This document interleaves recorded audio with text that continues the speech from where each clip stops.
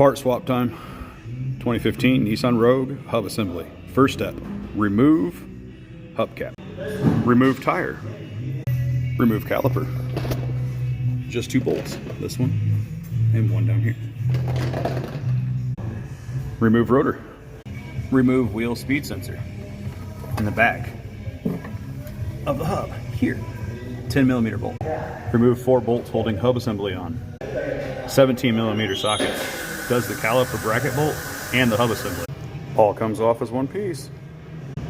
Pull gently on the hub assembly. Sometimes a little hammer persuasion is necessary. Insert new hub assembly. Line up bolts from backside. Now do your wheel speed sensor. Remember, it goes in there. Now your rotor. Now your caliper bracket. Now your wheel. Now your hubcap. 2015 Nissan Rogue hub assembly in 1 minute.